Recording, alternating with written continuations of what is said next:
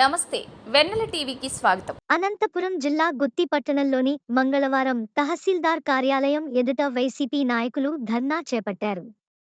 YCP నాయకురాలు వరలక్ష్మి మాట్లాడుతూ మహిళలకు కుట్టు మిషన్ల శిక్షణ పేరిట మోసం చేస్తున్న కూటమి ప్రభుత్వంపై విచారణ జరపాలని డిమాండ్ చేస్తూ డిప్యూటీ తహసీల్దార్ లలితకి వినతి పత్రం అందజేశారు.